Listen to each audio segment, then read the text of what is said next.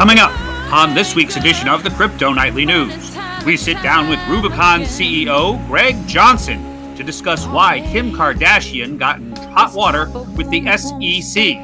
And we will hear from Glacer FM Artist of the Week, Jo Wymer. That's coming up this week on the Crypto Nightly News. Not meant to be.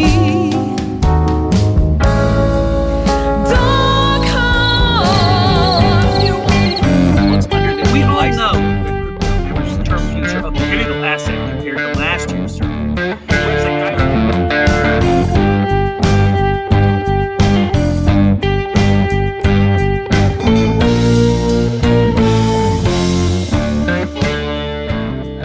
Welcome to the Crypto Nightly News with Chris Jerry.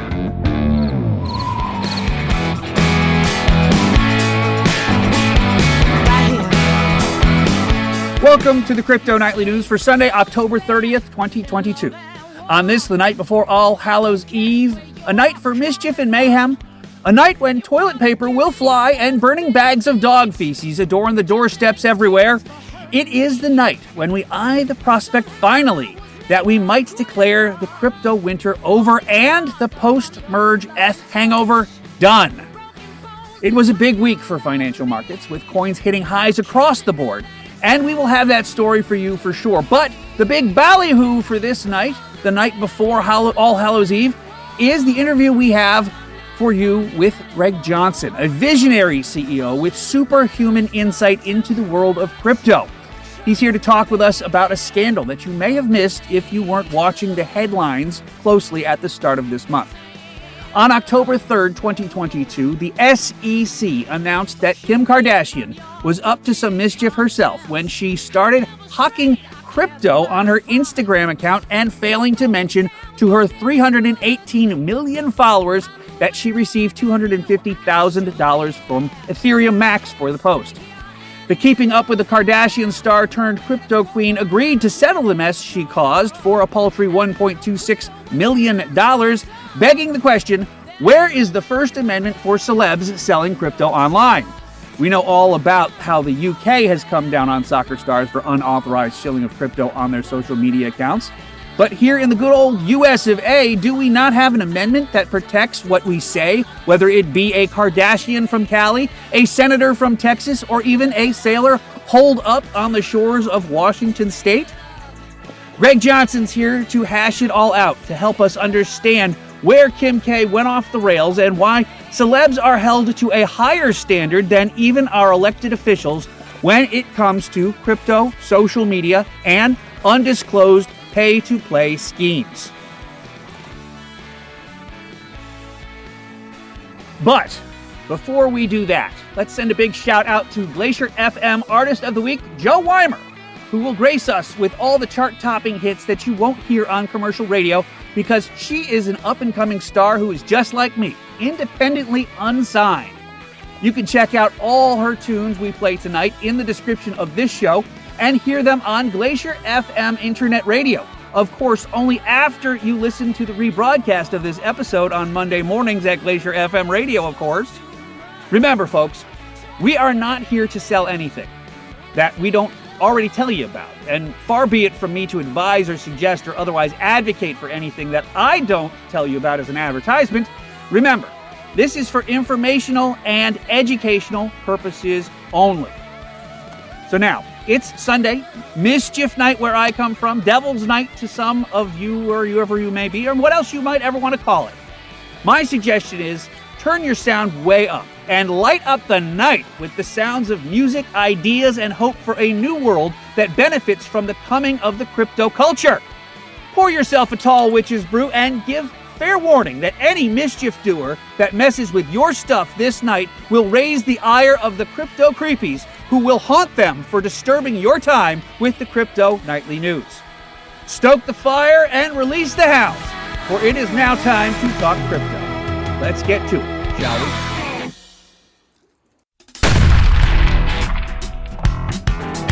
The rumor was buzzing this week about an end to the crypto winter, with markets soaring this week on positive thoughts that the Fed would back off on its aggressive inflation fighting next week. That helped Bitcoin make it up to 21,000 by midweek, dropping back to just above 25 by the weekend, with ETH shaking off of the post-merge doldrums and clawing its way past 1,500. Virtually all the rest of the top 30 put in positive reports for the 7-day look back, with Dogecoin going up a whopping 120% on news that Twitter was now under the leadership of Elon Musk on Friday. Earlier in the week, news broke that Twitter was working on a new feature that would include a crypto wallet where users could transact with virtual currency. Spirits were high on the news that the market cap broke the 1 trillion mark once again this week, setting up a monthly high. Buying spree across crypto had everyone singing a happy tune despite worries that gains were temporary. The jury is still out on what the Fed is going to do next week, and high-flying gains lead to bipolar volatility for coins, so cooler heads suggest a wait-and-see approach before you take your mortgage money and go deep on Bitcoin. In NFT land, So Rare topped the list once again with 8.2 million in sales, with Bored Ape, CryptoPunks, and Gods Unchained coming in at the 2, 3, and 4 spots. Art Blocks put in a commanding performance with 144% increases in sales in the number 5 spot, followed by Azuki at 6, Other Deeds at 7, Mutant Ape at 8, Clonex in the number 9 spot, with Our Planet Flat at 1.6 million in sales for the number 10 spot for the week. I think we hit all the big headlines this week already, so why don't we just get to the main event with Greg Johnson.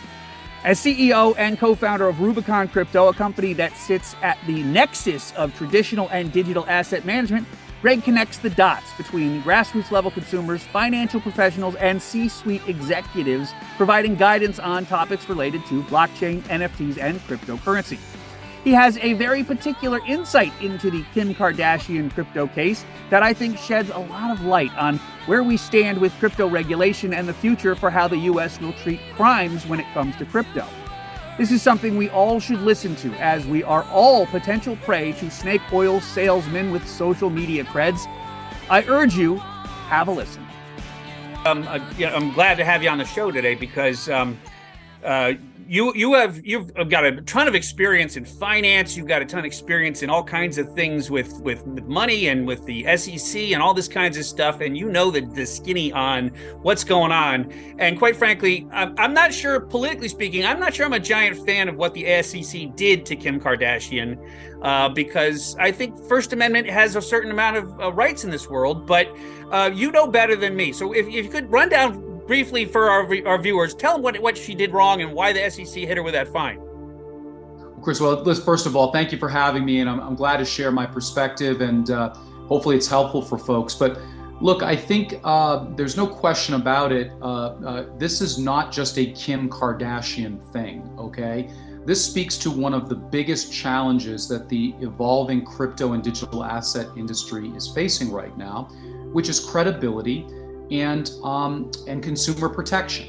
If we want to have a decentralized environment and an ecosystem, then we have to make sure that people aren't getting taken advantage of. And the SEC, the Securities and Exchange Commission, they've been very clear for a long time that they've been concerned about the incredible rash of abuse by social media influencers that are not disclosing the relationship that they have with the products that they're representing. And that really gets to the crux of what happened with the Kardashian situation.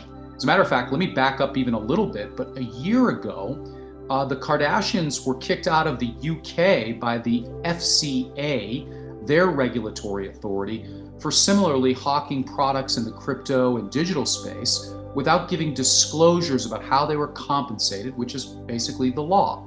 And it may seem like a technicality, but the reality is so many people are making those decisions not on what's the best protocol, not what's the best use case, but because a celebrity, and in many cases not even a big celebrity, is saying, hey, this is a groovy thing to do and you should buy it.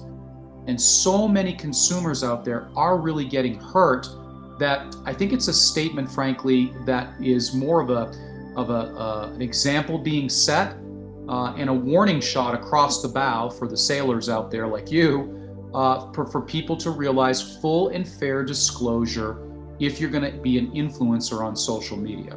So those would be my opening thoughts on it. Well, we'll back up for a sec, because we've covered a couple of stories on this podcast, this radio show, about what's been going on over in England and how the Crown only allows certain speech when it comes to crypto and to NFTs and all that kind of good stuff. And they've come down pretty hard on a couple of celebrities over there. We've covered a couple of those stories. Yeah. But they're a little bit of a different animal than us. They have the monarchy, they have, parliament, they have a different way of doing things over there. And I kind of said, okay, well, that's the way they do it, but that's not the way we do it. And now that the SEC has come down on the Kardashians, granted, I don't want to have a bunch of rich celebrities telling me, oh, you got to buy this, when they're getting a payday on the back end by endorsing these products without them telling me that. But on the other side of that is, where do we draw the line? What kind of B-list celebrities are going to get in trouble for doing this? And, what's the good rule of thumb here? How do you avoid getting in trouble with the SEC if you are a celebrity and you're trying to sell a product because you're trying to make a little bit of a living? It's a technicality here, but the rules are very clear. If, in this case, she had disclosed that she's supposed to disclose, or anybody is supposed to disclose, what the nature of the financial relationship is between that particular, in this case, it's not just crypto. We're seeing this across all consumer goods, but in the nature of digital assets, it's the same thing. She was required to disclose what compensation she was receiving for those paid endorsements. In her case, and in the case of a lot of folks, they don't do that. And they may try and circumvent it by putting like a hashtag ad or hashtag advertisement. And that's fairly opaque, and a lot of consumers don't even look at it. I'm not even saying to you, if she had put that disclosure in there, that would have precluded any of the people who actually bought that particular holding from doing so. But that's the nature of the law, because we're seeing incredible fraud and incredible abuse, and it's largely coming from social media platforms. And that's the unfortunate truth that's out there. And frankly, for people that are noble participants, that are ethical participants, that are disclosing the risk involved with their crypto projects, it's giving the industry a bad name, and it's going to bring unnecessary regulation that I think we'd all like to avoid to bear. That's what's going to happen.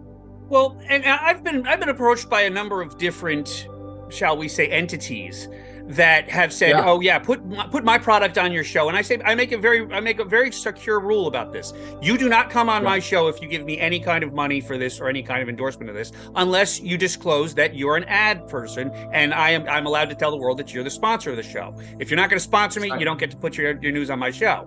And I that's a hard, fast rule for me. But then, I also have, and forgive me, I'm an independent, politically speaking minded person. But, we also have Congress. They get all kinds of money all over the place that they don't disclose to the people that are going on. Is this not a double standard, so to speak, to say, we're going to hold celebs up, but we're not going to hold congressmen up? Well, I think from from a financial services perspective, I don't know that it's a double standard. The optics of it, though, are absolutely hypocritical, right? And I think that's been going on for too long. Shoot, don't get me started on that, because I'd prefer that every single member of Congress should be mandated that they go into a blind trust with their investments, just given all the nonsense, the conflict of interest, even unintentional ones. The optics are terrible. Yeah. So I don't know that I would say that it's the same thing, although I can understand why people would be frustrated by that. Look, the regulators have a tough job.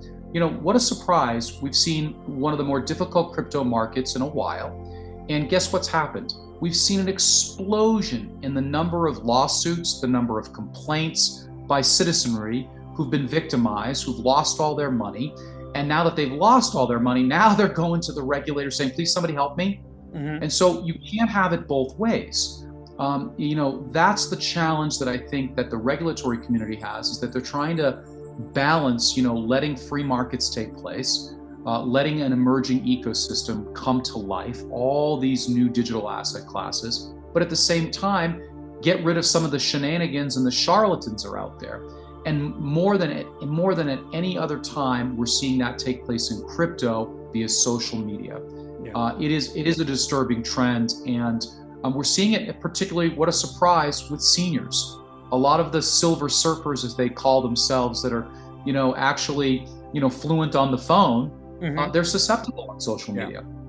And I think that it is important for us, for those of us who care about the industry, to want to make sure that we get rid of shenanigans and we get rid of knuckleheads, and we allow people to make decisions with full and fair disclosure about some of these incredible projects that are going on out there. There's so much to be excited about this new emerging industry that's not going away. Mm-hmm. In fact, it's only just getting started, Chris, as you already know. Well, and I am one of the biggest proponents of responsible investing. I put a little disclosure at the beginning of every single one of these shows, says I'm not giving any financial advice here. And the rule is don't risk what you can't lose. You know, if you're not in a position to make the investment, don't make the investment. But that's the cool part about crypto too, is you can make very small investments and you can get in very incremental ways, which you can't do with normal and customary stocks and bonds and whatnot. Right. But at the same time, you know, there's this whole thing going on, which and I don't know if I have the answer to how to fix this. I certainly don't think I do. But I just, it galls me as an American to say, you know what, this person can say this online and this person can't say this online, and they just make an unambiguous kind of line in the sand about what is right and what is wrong. Then this show's probably not going to get seen by Kin Kardashian, probably not going to get seen by anybody bigger than, my next door neighbor. But at the same time, what do I do? How do I make good judgments when it comes to crypto and investing and what should I be doing? Well, a couple of things, but first of all, let me say the industry should be sending Kim Kardashian a thank you note for the simple fact that rather than a contesting thing, she rather smartly said, let me put this to bed quickly and just move on. And then moving forward, I'll do what I need to do to continue to be an influencer in the crypto and digital asset space and not have to put in these situations. The worst thing that could have happened for the crypto industry was for this to drag on, because it would mean more scrutiny, more digging in, and more of these high profile cases probably coming to light than we otherwise would see. But back to your question, you asking a really good question right now. Before I answer some of the specifics of how we're approaching things, one of the things I want to remind people is that, you probably have heard this from other people. You may have said it as well to your audience. In fact, I know you have. It's still early. That's what's exciting about digital assets and crypto, is we're at the early stages of this. And so what does that really mean to people anymore? What we encourage folks to think about is that whatever amount you're putting into digital assets and crypto, it shouldn't be the long-term horizon. It needs to be thought of as the longest term horizon of your investment portfolio. Mm-hmm. So let me give you an example. So Chris, if I said to you in 1997, I came to you and I said, hey, you're a client of mine. I'd like you to consider the following. There's this new company that I heard about. I think it's going to be something. It's going to be named after some river in South America, and they're going to sell books. And then you say, well, where are they going to sell books, at the mall? Are they going to say they're going to sell them at the exchange? Where are the books going to be sold? And I'm going to say to you, they're going to be sold on the line, by the computer, and then eventually by the phone. And you're like, I don't get it, but Greg, you've done okay. So, all right, I'll do the investment. Of course, we're talking about what? Amazon. Yeah. So how many people are thrilled with me if I put them in day one in 1997 into Amazon? No, and the answer is everybody, except for 13 straight years, it was the main reason you teased me at a client service meeting. Mm-hmm. For 13 years, it did absolutely nothing. As a matter of fact, it was down more than it was flat. And net of inflation, it was way down until it wasn't. And so when you think about what they were building, they had to wait for the operational systems to come into play. They had to wait for everybody's favorite two words, supply chain, to actually mature enough for them to see their vision of how they are distributing and how they're becoming the service of everything. That took time to mature. And I think for many projects in crypto, it's important to come in with the right time horizon. By the way, it may not take that long, but as long as you come in with the right time horizon, you're not going to end up getting too far over your skis and getting hurt. So then the next thing we say to people is we say, start thinking about the future and how it applies to the particular crypto or digital asset that you're thinking about investing in. Like, what is the use case really? What is it trying to solve for? what a lot of people sometimes don't understand about crypto is like, what's it really going to be all about? What are the use cases? And when we think about this emerging ecosystem, it reminds me a lot of back in 2007 when these things started to become available to people. These supercomputers we all carry around in our pocket. And at that time, I have no idea what you're talking about. What do you mean? I don't even know what you're talking about. It's Velcroed right here to my paw. And the answer is back then. I remember those first commercials, and they would come out, and Apple was saying, "There's an app for that. You need to get a pizza. There's an app for that. Taxi. There's an app for that." And this was the first time Americans were hearing the word app, other than going to Applebee's and ordering some apps for dinner. They weren't talking about apps, even though that was been around for a long time. Right. But the notion of building. So as we think about many of the blockchains people are familiar with, like Ethereum, yes, to a certain extent, Bitcoin, but like Ethereum and Solana and Cardano and Polkadot and on, some of these baseline blockchains are serving as the place where innovation is developing on top of it. Mm-hmm. And so you need to, when you're evaluating where to go, you need to first of all start to think about, is that a use case where I see in the future there being value? And then you need to dig in a little bit. If you're going to do all this yourself, of course, what we do is we help people with this stuff. But if you're going to do it yourself, you need to dig in and see the same stuff you might for, investing in a stock. Okay, who are the leaders? Mm-hmm. Who's also invested in this? What does the tokenomics look like? So that means you got to find the original white paper for how they're going to divvy up all the tokens that are generated, things like that. And it's the tokenomics that is the big difference between evaluating a crypto token or coin versus evaluating a stock. And that's where people need to really dig in if they're going to get in and want to at least make a good faith effort to kind of sort out which one isn't there. But let me give you an example of how we see use case. So the whole notion of blockchain is that it's going to be able to store every record and keep an accounting of all the transactions and all the records that are out there for major businesses. Like I said, we're just getting started. Well, as that stockpile of data continues to grow, in order for it to be having any value, there are going to be projects that actually look to optimize the retrieval, the sorting, the acquisition of data when it's required. Mm-hmm. So right now, there are decentralized applications that are focused on how to optimize data storage on blockchains. That's an example of a use case that I think makes a lot of sense for folks. So just to give you an idea. Well, and what I'm really appreciating here is how you're breaking it down.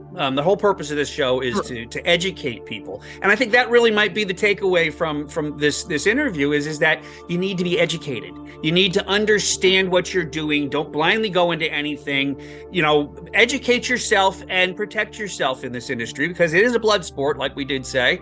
But at the same time, maybe that's all. The other side of it too is that we need to hold our politicians accountable. We need to hold our government accountable and say, hey, you need to do the right thing. We need to do the right thing. And if everybody does the right thing, this whole thing can work out. Do you know the irony of doing the right thing? There's a big movement right now in corporate America around the three letters ESG, right? Mm-hmm. So ESG, environment, sustainability, and governance. And boards and companies that are publicly traded are being held to standards around those three initiatives so that they're not taking, shall we say, poetic liberty or license with all the grand statements that make that we're zero carbon neutral and we've got great governance. The irony is the industry, the digital asset industry, with smart contracts actually can provide the solution so you take the human knuckleheads out of it and you actually bring the governance to bear. I'm actually optimistic that in the future, we are going to have on a universal blockchain, which is immutable, meaning it can never be changed, the records of how politicians vote, about the way that they talk about issues that cannot be manipulated by any media outlets whatsoever. It's on the record. Yeah. So there will be all manner of ways that we try to sort out and get to the absolute truth of some of the political opaqueness, of the murkiness that we find ourselves in these days, actually, these smart contracts, when they're coded correctly, and that's a big deal, they can actually do a lot of this. You know, when you think about some of the horrible behavior that board of directors have allowed to happen in industries that have led to the collapse of industry, that have led to all manner of malfeasance and criminal activity and collapse, well, you know, smart contracts actually can go a long way over time towards making sure that the human subjectiveness and the conflict of interest is never going to enter into the equation. That's the power of what blockchain powered by smart contracts could look like in the future. And so, you know, I think what's hard for many Americans who are not really involved in crypto or digital that are wondering, why do I get into this? Why would I get into this? As a matter of fact, how could it be of any value or worth anything if it's not backed up by the government? You know, I talk all over the world, and this is a reoccurring theme that we see with people. And look, I used to work at American Express for close to 25 years. And one of the things that I say to people is that, first of all, that question, that concern about, you know, what is this crypto really all about? It's such a privileged question. It's such an American lens. And what I mean by that is if we were born and we didn't have the good fortune to be born in America, and we grew up in Venezuela or Argentina or Israel or Hungary or 27 other countries that have had hyperinflation over the last 2 decades, we wouldn't care whether or not the government was backing up the money, because the money is worthless. And I am not for a second suggesting that the inflation we're dealing with for the first time and for many people in their lives is not unpleasant and very painful. It is, but it is nothing compared to what other nations have dealt with repeatedly. 60%. You wake up tomorrow and you go to get a salad and it's 60% more. That is the reality for many places. Yeah. And so what we try to do is to tell people out there, look, you know, have you ever bought anything on your American Express card, for example? And do you get anything you like when you do that? And we try to argue that you actually participate already in currency-like systems that are not backed up by the government.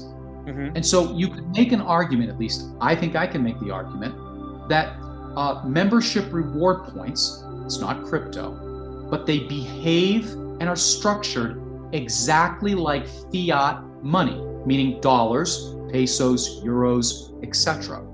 They're a medium of exchange, they're a store of value, they're a unit of account, meaning if in fact you get a divorce, they're divisible.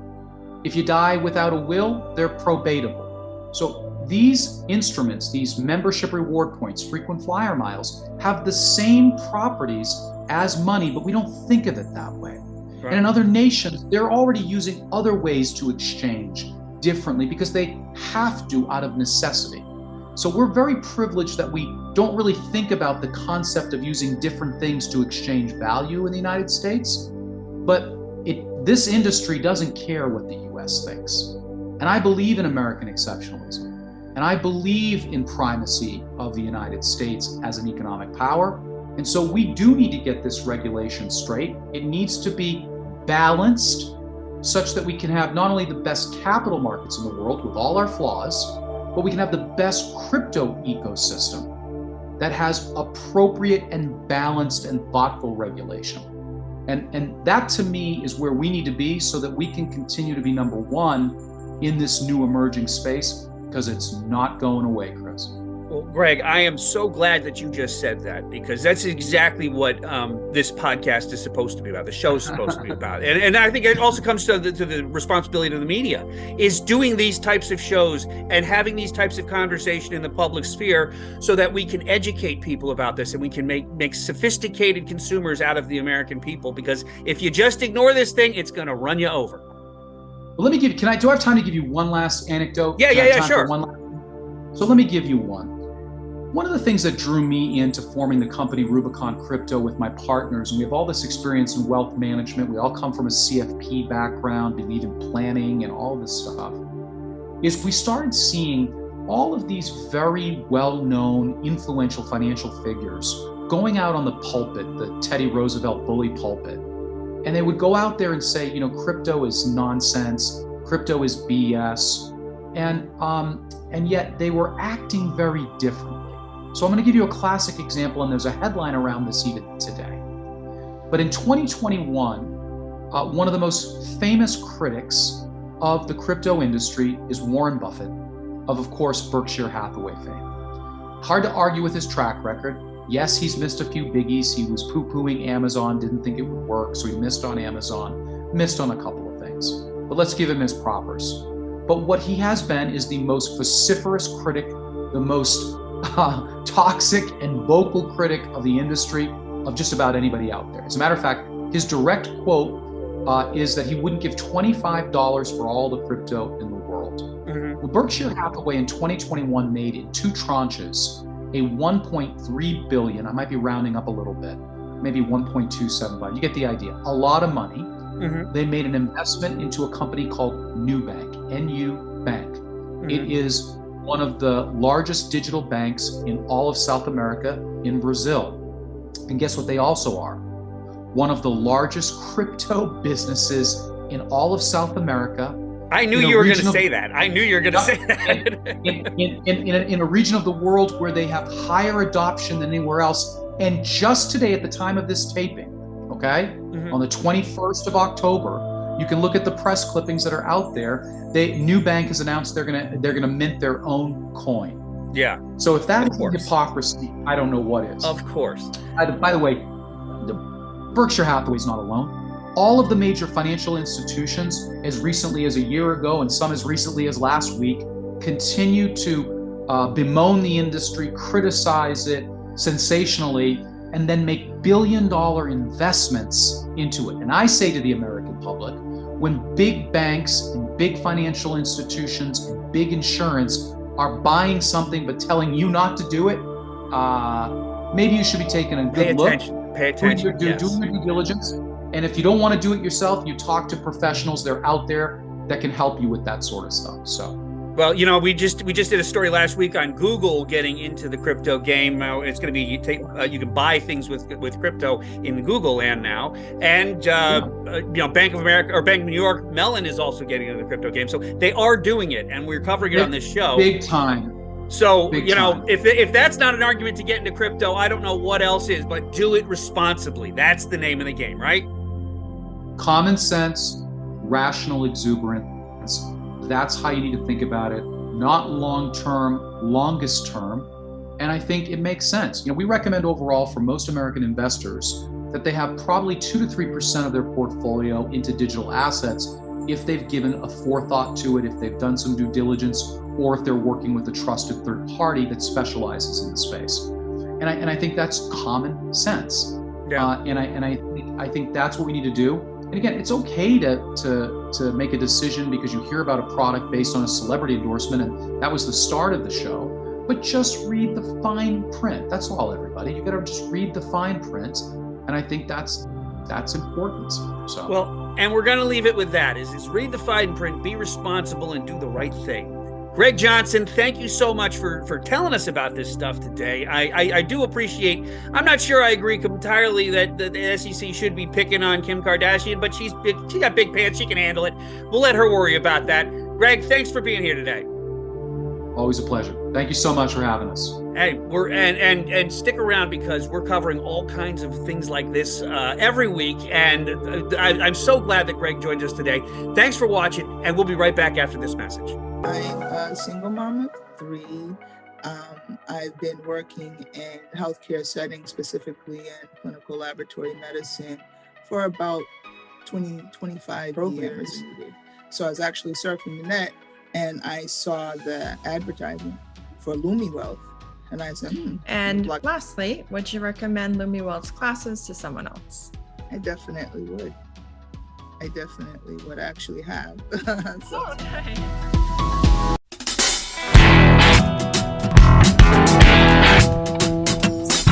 We're short on time this week, but I want to say big thanks to Greg Johnson for coming on the show to talk about how we can all be safer when it comes to crypto. I also want to thank Glacer FM's Artist of the Week, Jo Wymer, for sharing her music and allowing us to enjoy it.